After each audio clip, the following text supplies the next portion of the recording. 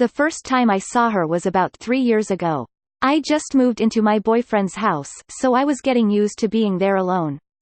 At the time, I had 2 dogs, and they were, and still are, pretty overly aware of the things going on inside and outside. It was in early August, a warm Friday night, and I was home alone with the dogs. My boyfriend had left for work, so we were all sitting on the couch watching TV, when Lilly and Levi both stared intently at the staircase behind the television. Lilly began letting out a very low growl, and Levi's hackles were slightly raised. I took them over to the steps to assure them that there was nothing there, but they weren't buying it. I put Levi in his kennel for the night and I took Lilly upstairs with me.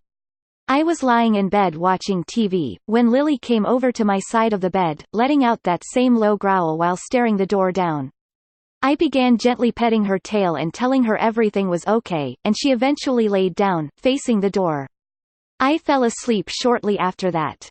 I woke up lying on my back. I tried to get up so I could turn my fan up, but I couldn't move.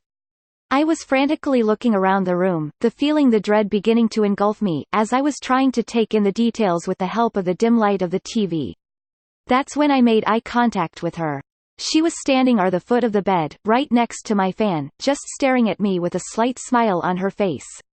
She was about 6 or 7 years old, had piercing blue eyes, and tight ringlets of blonde hair, with a blue bow holding a clump of curls to the side. She was wearing a dress that seemed to be from the 1800s. It was a short-sleeved white, lacy dress, with ruffles and a blue band across the waist.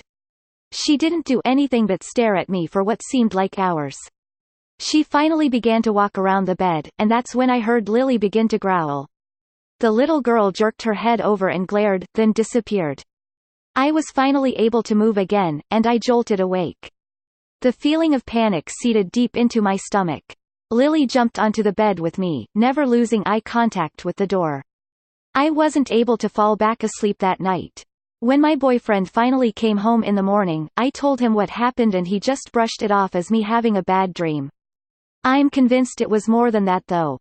And I'm sure you will be too when I tell you what else has been going on.